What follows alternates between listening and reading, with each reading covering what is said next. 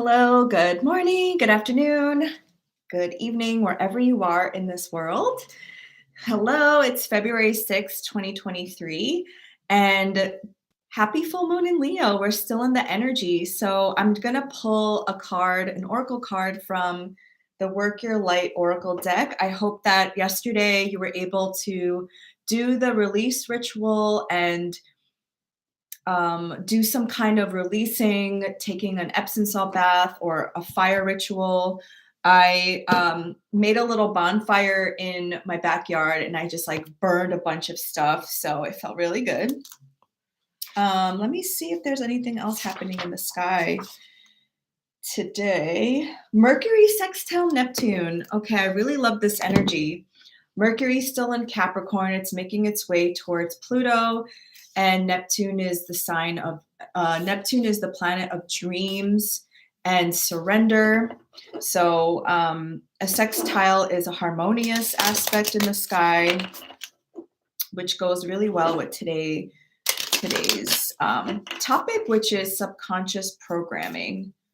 Okay, so let's see what message we have for today, February 6, 2023.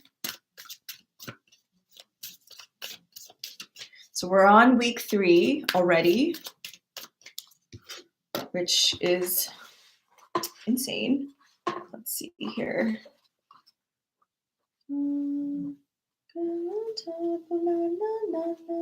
Let's see. Yeah, week 3. Days 15 to 21, and we're on day 17, subconscious programming. Okay.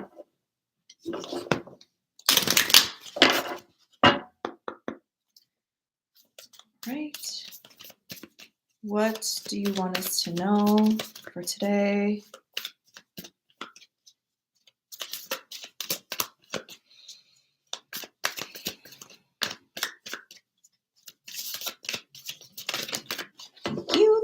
Thank you. Okay. The age of light. You've been training for this for lifetimes. I don't know if you can see that.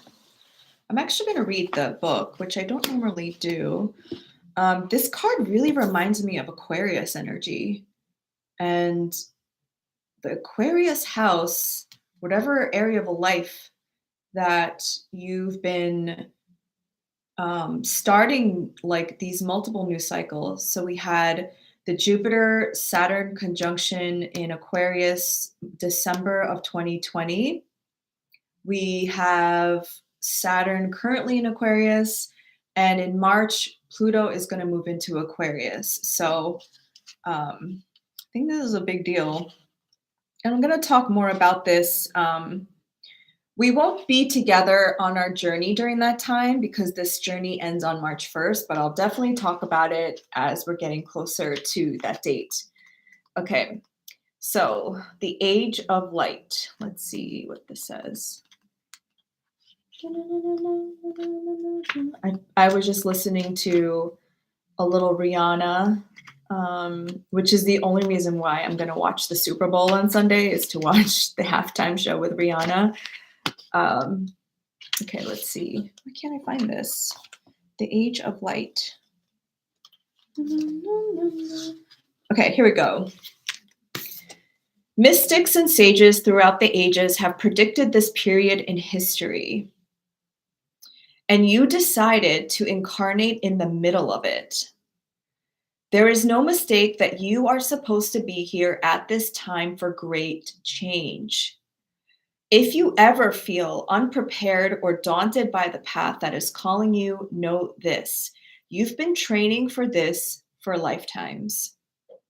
You're way more than the days that have breathed breath through you in this life. You're also all of the lifetimes that came before. All of these experiences have polished your soul into the most magnificent expression that is your authentic self. Your soul has many facets. Imagine a fingerprint. Your soul is 1,000,000 times more intricate than that. If you put together all of the fingerprints of all the people you have been, you would not even get close to fathoming how much of a unique masterpiece you are. You came in with a clear soul plan. You came in with wisdom beyond your years. This is the part of you that longs to be seen. What a full moon in Leo message, huh? That is ready to emerge. This is not the lifetime to stay hidden, but to step forth, be seen, and rise. Work your light activation. Hold this card to your heart and say, I call forth the soul gifts and soul training that I have received throughout all my lifetimes. I am ready to embody them all now without hesitation and without fear. I have been training for this for lifetimes. And so it is. So let's go on to day 17, subconscious programming, and I will read the quote at the top. Every human brain is both a broadcasting and receiving station for the vibration of thought. The subconscious mind is the sending station of the brain through which vibrations of thought are broadcast. The creative imagination is the receiving set through which the vibrations of thought are picked up from the ether. This is by Napoleon Hill, Think and Grow Rich. All right. Have you ever seen the show The Good Place? First, it's amazing. Second, there's a particular episode that really nails the importance of subconscious programming. We've done so much to get past the unconscious beliefs that limit us and prevent us from manifesting our desires. But the beliefs we're not consciously aware of can be so hard to get past. In episode 1 of season 2, the demon Michael erases the memories of main characters Eleanor, Chidi, Tahani, and Jason. Have you ever seen the show? This show is fucking amazing. No matter how many times Michael gives them different soulmates, environments, and situations, Eleanor and Chidi always figure it out. No matter what Michael tries, they remember their true nature. More specifically, Eleanor and Chidi remember the love between them because the only thing that can be overtaken by environment is love. Your essential being is the same way. You can live anywhere, have any kind of job, surround yourself with any kind of people, but you are ultimately you. You and the love you have for yourself and your rich, true connections, the ones that are real and soul deep, are the only things that endure when everything else changes. When we don't take the time to heal the wounds hidden in our subconscious, we're doomed to keep repeating patterns in our lives. But we weren't taught as children to do that kind of work. Instead, we tend to repress what we fear and what we don't want to feel. Later on as adults, we ask ourselves, why we keep manifesting unavailable partners? We ask ourselves, why can't I manifest wealth? The thing is, humans are habitual and we run on a program dictated by our subconscious mind. For us to disrupt that program, we must look at our subconscious thoughts. In Dr. Joseph Murphy's book, The Power of Your Subconscious Mind, he writes that along with healing, your subconscious darkroom is where your wealth is produced. The key is to first make the subconscious rich before you can see abundance in your life. Our subconscious mind is a system of commands that is at the back burner of our psyche. It dictates the show, so it's in our best interest to understand the underlying beliefs that restrict and block our manifestation from coming through. As I mentioned in the first week of this journey, manifesting is our birthright. It should come naturally to us. So if you aren't manifesting, it's not because you are a bad person. It's because you might be broadcasting the energy of insecurity, scarcity, unworthiness, or just the negativity that accompanies not trusting the process. Children's brains are pretty much sponges in their environment for the first 7 years of their lives. Their brains download information into the subconscious mind to know how to behave, think, and feel in the world. It makes sense because a child isn't born into this world with a manual for life to develop belief systems and ways to interact with the world. Children observe. Developmental biologist Dr. Bruce Lipton's book, The Biology of Belief, really helps to illustrate the importance of the subconscious mind in early childhood development. He writes, since the subconscious mind controls about 90%, 95% of our behavior, other people essentially program our lives. You may be thinking, yikes. That's how I reacted when I first read this, since I felt it explained so much about my own experience and my worldview. But it's really true. No matter how independent and unique you are, it's true in those early years, you were inescapably influenced by the people in your world. I remind you of these facts not to shame you or scare you, but to inform you. Knowledge is power, and knowing the difference between the conscious and subconscious parts of your mind is essential to learning how to navigate the reality of your perception. Our conscious mind is our creative mind. With our conscious mind, we have the capacity to create our reality through our wishes, desires, and what we envision for our lives. You are actively engaging with your conscious mind right now by consciously manifesting something that you desire. By contrast, the subconscious mind works like a computer program.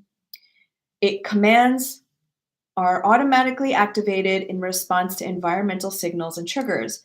Remember the good place example? This is why toxic positivity is, well, toxic. Because no matter how many times you force feed yourself positivity, because no matter how many times, oh, I already read that, whether it's about your life or your ability to manifest or whatever else, your subconscious program will inevitably take over. That's why, like, again, I said this in one of the days last week. It doesn't matter how many times you say affirmations or you tell yourself that you're wealthy or whatever it is that you're manifesting, unless you tap into the program, you're never going to feel wealthy. You're never going to feel abundant. Okay. And if you ever experience adversity as a child, which most of us have, you will feel that no matter what you try to force yourself to think, if you are a refugee, if you experience homelessness, if your parents went through a bitter divorce, if you were abused or neglected, all of these situations have left your mind and body feeling deeply that the most secure thing to do is to revert to old protective behaviors when the situation is threatening. This is such an important, I have to like bookmark this for later when I talk about Mercury and Pluto coming together, because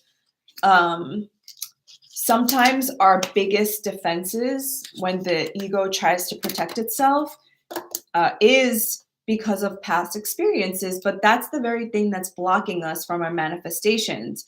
And Resmaa Menakem, my teacher, who wrote the book My Grandmother's Hands, it's in the recommended book list in the back of the book, always says respect the protect. You're protecting yourself for a reason, and you have to respect that, because your body can't just like, release that and think that everything's going to be okay. It was there to defend yourself from a past experience.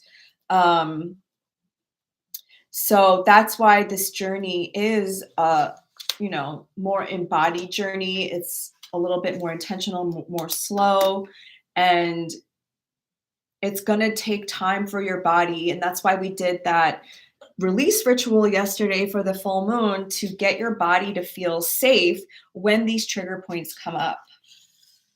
Okay.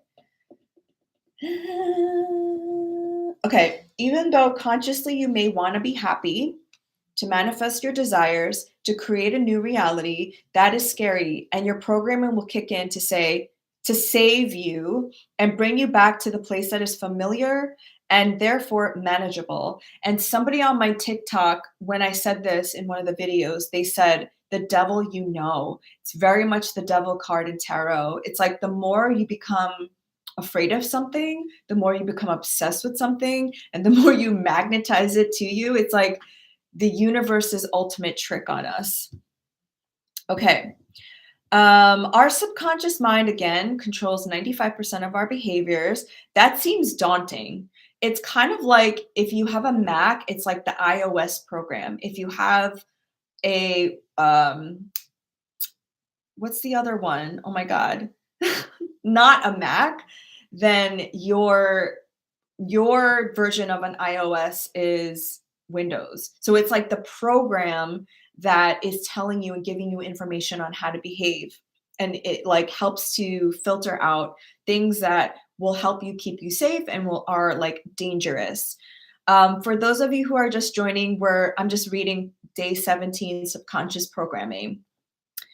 For some of us, the subconscious programming is so deep that if we say mantras and affirmations like, I am rich, I am in a soul partnership, they will just be rejected by it. But don't give up. Start with affirmations that your subconscious mind can believe. Like, I am becoming more prosperous, or I am open to love. Once a suggestion sticks, you'll be surprised at the radical transformation that can occur. Again, when you go right from saying affirmations like, I am rich, or I am wealthy, or I am in a soul partnership, your subconscious programming is going to reject that and say, I don't believe that. So you have to slowly suggest things that your conscious mind can start to believe, like, I am becoming rich, or I am becoming more of myself. I am becoming more open to love. This way your conscious mind is like, okay, I can get on board with that one. Philosophers like Rene Descartes believe that the mind and body are separate.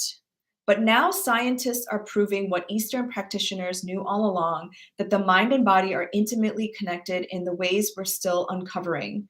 Thoughts transmitted via the mind's energy directly influences the physical body. Thoughts are energetic vortices that communicate with the cells of the body.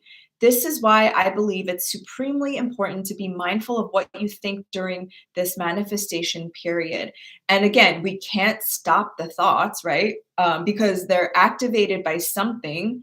But like we did yesterday in the full moon release, when the thought comes in, you stop, you immediately come back into the present moment, you hold your body or whatever it is that you need to self-soothe, and you breathe. You do the box breath so that the thought starts to dissipate into your body.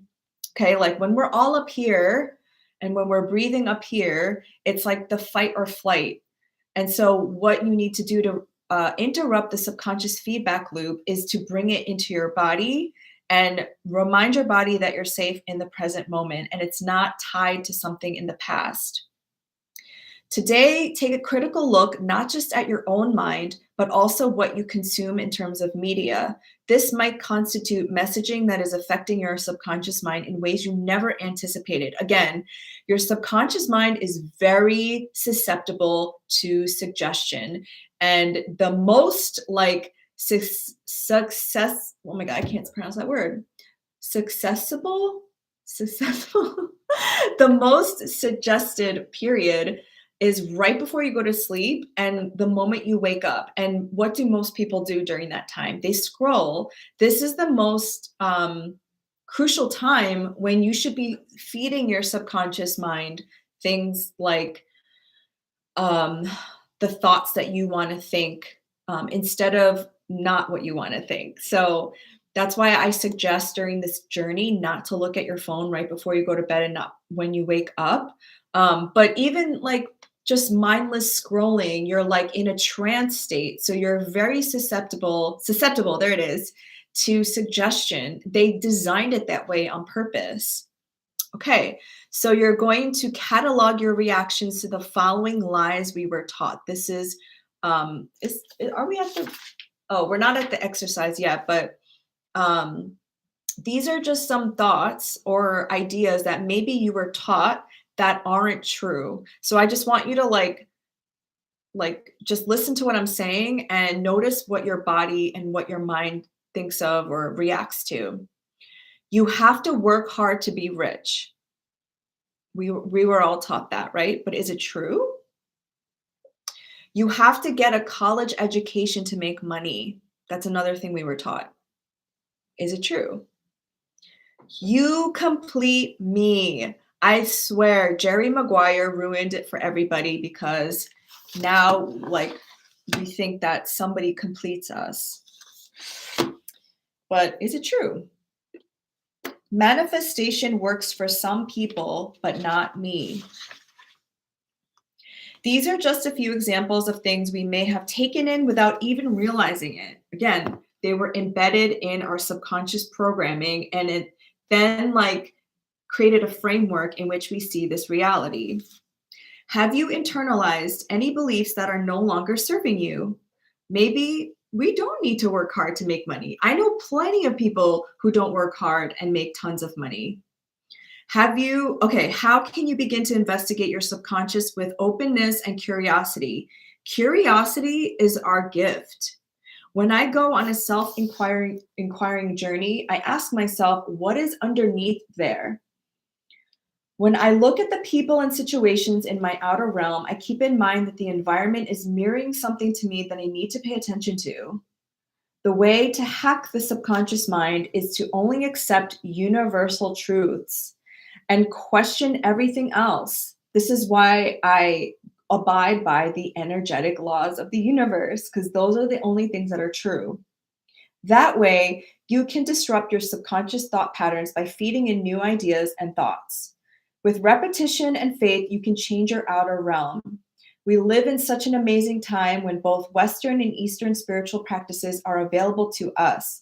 You can disrupt your programs with a seemingly endless catalog of healing modalities, hypnotherapy, affirmations, embodiment work, energy healing, and more. And again, go back to day 16, which was yesterday, the full moon ritual, where that's how you interrupt the subconscious feedback loop.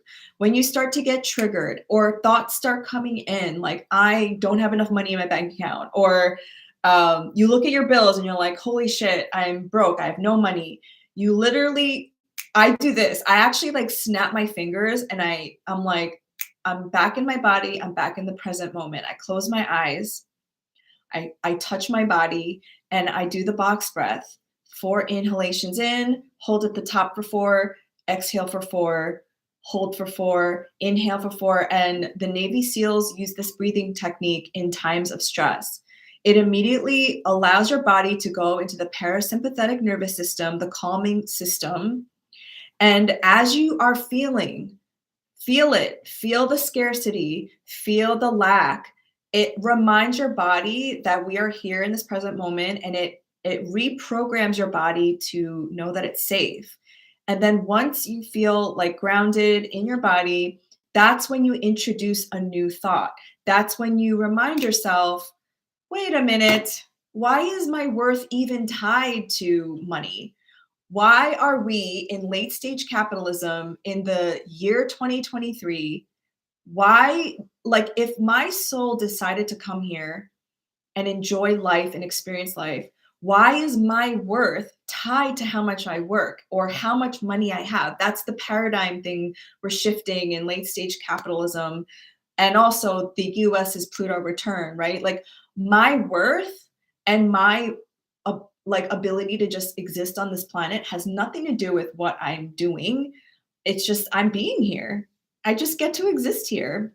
It's just the outer reality, the structures that collectively we've agreed upon don't agree upon that yet, but it's changing. I don't see the change yet, but I know it's possible. And then I remind myself I'm always provided for. Money is just paper.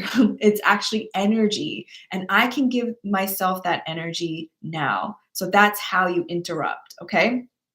So the exercise for today is sleep programming. Right before you fall asleep, when your brain waves are moving more slowly and become delta waves, repeat to yourself one word or a mantra that represents what you are manifesting. Listen to positive affirmations or practice yoga nidra, a form of yoga that induces a sleep state of conscious awareness sleep. This state is deeper than simply relaxing and allows you to be aware of your thoughts. Again, you're kind of in this, like, right before you fall asleep, you're in this like very, very juicy time when your brain, your subconscious mind can be like in the receptive mode, basically. In the morning, right when you wake up, write morning pages. Morning pages is a practice from Julia Cameron's amazing book, The Artist's Way. Cameron suggests that you free write anything that comes up. Don't stop or moderate yourself in any way. Essentially, what you're doing while completing morning pages is a form of channeling or downloading. As Dr. Joseph Murphy writes in The Power of the Subconscious Mind, Just before sleep or right after waking up in the morning is the best time to imprint new associations into your subconscious mind. It's a powerful kind of preliminary manifestation that can be very enlightening because, again, we are manifesting all the time. We're manifesting right now, but the key is we're manifesting something different, something that's not in our current experience. So, what that's going to take is different something different, a different approach, a different thought, different perspective. And I don't remember who said this, but this quote is, the definition of insanity is expecting something different while doing the same thing, or doing the same thing and expecting something different, or something along those lines. And again, change is not easy. Change is difficult because you're breaking patterns from the past. So the Go Deeper exercise, if you have time, seek an embodiment coach, a professional who can work with you to find new lifestyle techniques that are in line with your unique body. Today is the perfect day to try tapping, energy healing, or any other modalities that can help access your subconscious mind. And as I mentioned in the beginning, there's a reading list in the back. The book that I recommend for somatic healing is My Grandmother's Hands by Resma Menakem and The Body Keeps the Score by Bessel van der Kolk. So basically, embodiment is just, again, bringing it down into your body so you could feel it and move the energy through you.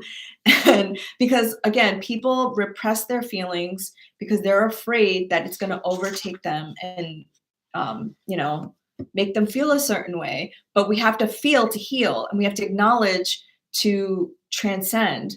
And once you feel it, you'll realize that it dissipates because it's like a wave of energy. And just like feelings, waves, streams, money is energy. Like I said, money, everything associated with money and abundance and flow is like, if you notice, stream of income, cash flow, you need to allow that energy to move through you. So just looking towards tomorrow, day 18 is shadow work. And this is probably one of the most important phases of manifestation. So that's for tomorrow. And as always, all the links to everything about me, about my bio, how to buy the book are all down below. To book a personal reading with me, I offer Reiki and astrology readings. Those are down below as well. Please like and share, and also have a beautiful, beautiful day. Mercury sextile Neptune, post full moon in Leo. We are getting after it. Okay, love you all. Bye.